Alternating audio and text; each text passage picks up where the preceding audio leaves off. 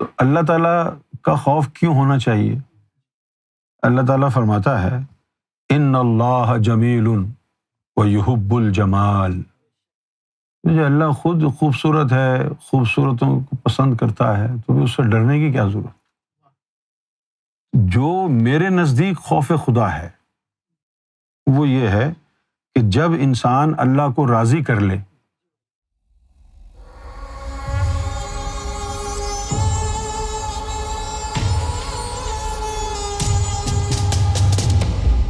خوف خدا کیا ہے؟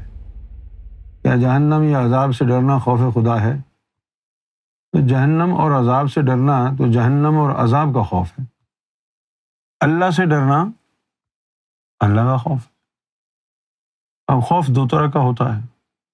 ایک تو یہ کہ آپ انتہائی بدصورت ہوں، آپ کو دیکھ کے ڈر لگے، نہیں، یا آپ بہت بڑے ظالم ہوں. تو اللہ تعالیٰ کا خوف کیوں ہونا چاہیے؟ اللہ تعالیٰ فرماتا ہے ان اللہ جمیل ویحب الجمال، کہ اللہ تعالیٰ حسین ہے، خوبصورت ہے اور خوبصورتوں کو پسند کرتا ہے. جو اللہ خود خوبصورت ہے، خوبصورتوں کو پسند کرتا ہے، تو بھی اس سے ڈرنے کی کیا ضرورت؟ جو میرے نزدیک خوف خدا ہے وہ یہ ہے کہ جب انسان اللہ کو راضی کر لے تو اس کی ناراضگی کا خوف ہوتا ہے. کوئی ایسا کام نہ کرے جس سے رب ناراض ہو جائے. وہ ایک خوف اس بات کا ہوتا ہے کہ کہیں میرا رب مجھ سے ناراض نہ ہو جائے. ناراضگی اس کا خوف نہیں ہے، ناراضگی کا خوف ہے. اور اس کی ناراضگی کا خوف ہونا میں سمجھتا ہوں کہ یہ ایک گائیڈنگ لائٹ کی طرح ہے کہ بھائی یہ نہیں کرنا کہیں رب ناراض نہ ہو جائے، وہ نہیں کرنا کہیں رب ناراض ہو جائے. ناراضگی کا خوف، دس میک سینس. رہ گئی بات جہنم کی اور عذاب کی، جہنم کا خوف ان کو ہوگا نا جن کی حرکتیں جہنمی والی ہوں گی. جس کے اندر نور آ جاتا ہے وہ اپنے آپ کو کیوں جہنمی سمجھے، کیوں جہنم سے خوف کیوں کھائے گا؟ تو جن کو پکا یقین ہو گیا ہے کہ انہوں نے جہنم میں جانا ہے وہی ڈرتے ہیں جہنم سے، کیونکہ انہوں نے جانا جو ہے. سرکار گوھر شاہی نے ہمیں دو چیزوں سے نکال دیا، خوف سے اور لالچ سے. نہ حوروں کا لالچ، نہ جنت کا لالچ ہے، نہ جہنم کا خوف ہے. ہماری منزل ہی کچھ اور ہے. منزل یہاں رب ہے. اور جنت اور حوروں کو میں سمجھتا ہوں جیسے دلہن کا جہیز ہوتا ہے نا. تو آپ ذرا غور فرمائیے کہ کوئی جہیز میں انٹرسٹڈ ہو اور دلہن کی صورت ہی نہ دیکھے، وہ بیچاری گھونگھٹ ڈال کے بیٹھی ہوئی کمرے میں وہ جہیز میں مصروف ہیں. حضرت وہ کہیں جی مجھے بھی تو دیکھو، میری شادی تو جہیز کے لیے کی تھی، تو دفعو.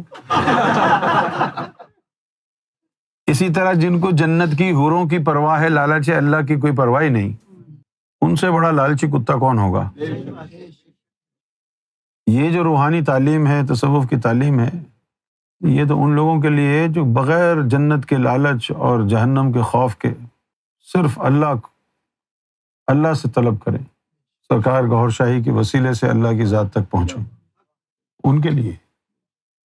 ہاں، ایمان کی تشریح جب رسول اللہ نے فرمائی ہے تو یہ کہا ہے الایمان بین الخوف والرجاء، کہ جو ایمان ہے وہ رجا کا مطلب ہے امید، ہوپ، کہ ایمان خوف اور امید کے بیچ میں ہے.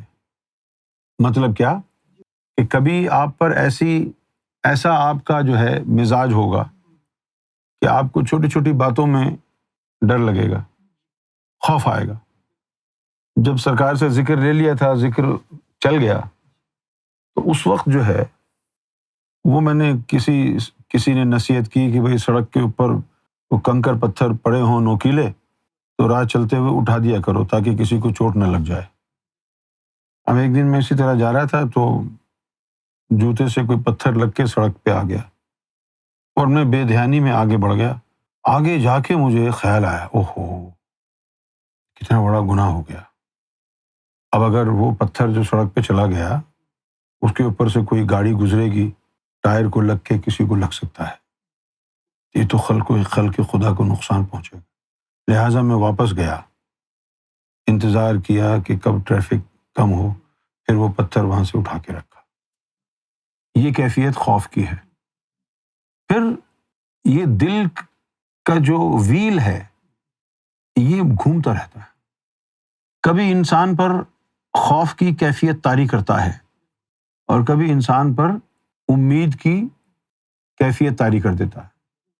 کبھی یہ ہوتا ہے کہ اللہ تو بہت غفور الرحیم ہے، اس کا بڑا فضل ہے، اس نے مجھے اپنے نام لیواؤں میں رکھا، مجھے اپنا اسم عطا کیا، میرے قلب میں نور پیوستہ فرمایا، ایک آدھ گناہ ہو بھی جائے تو کیا ہے۔ تو وہ اس کیفیت میں ذرا سا لاپرواہ ہو جاتا ہے امید کی وجہ سے، پھر وہ لمحہ گزر جاتا ہے تو اس کو بڑی ندامت ہوتی ہے، دیکھو یار یہ کیا کیا میں نے، پھر خوف طاری ہو جاتا ہے۔ تو ان دو کیفیات کے بیچ میں جب قلب رہے تو وہ مومن ہے، اور ولی جب بنتا ہے تو پھر کیا ہوتا ہے؟ الا ان اولیاء اللہ لا خوف علیہم ولہم یحزنون۔ خبردار، وارننگ سائن ہے نا یہ۔ اللہ کا مطلب ہے خبردار۔ جس طرح سڑک کے اوپر سائن لگے ہوتے ہیں نا، جس طرح ایک تو ٹرائنگل ہوتے ہیں اور ایک راؤنڈ ہوتے ہیں، جو ٹرائنگل ہوتے ہیں وہ سارے وارننگ سائن ہیں، اور جو گول والے ہیں وہ سارے پروہیبیشنز، کہ یہ مت کرو، وہ مت کرو، ایسا مت کرو، ویسا مت کرو۔ اسی طرح قرآن شریف میں جہاں بھی اللہ آیا ہے اس کا مطلب ہے کہ something important is to be announced۔ خبردار ہو جاؤ، وارننگ۔ توجہ سے سنو، یہ ذکر اللہ سے پہلے آیا، الا بذکر اللہ تطمئن القلوب۔ خبردار، یعنی مس نہ ہو جائے یہ بات، ضروری بات، الا بذکر اللہ۔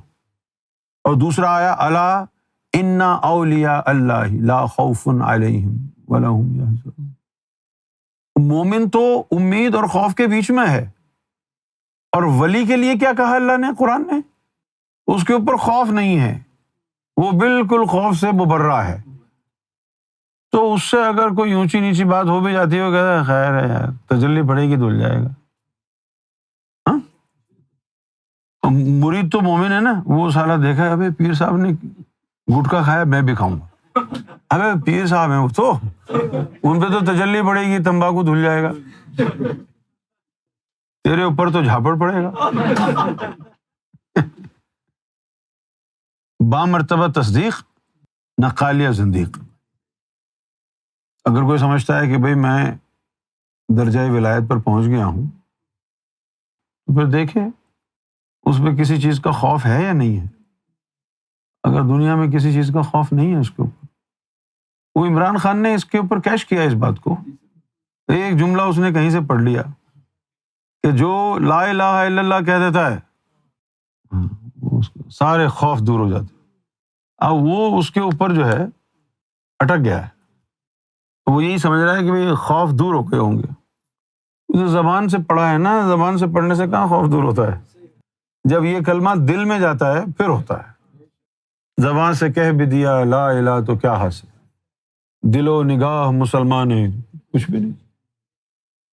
اب لوگ یہ سمجھیں گے کہ شاید ولی بن جانے کے بعد جہنم کا عذاب کا خوف نہیں ہوتا، تو یہ جو ولی لوگ ہوتے ہوں گے یہ خوب دبا کے گناہ کرتے ہوں گے، ان کو خوف ہی نہیں۔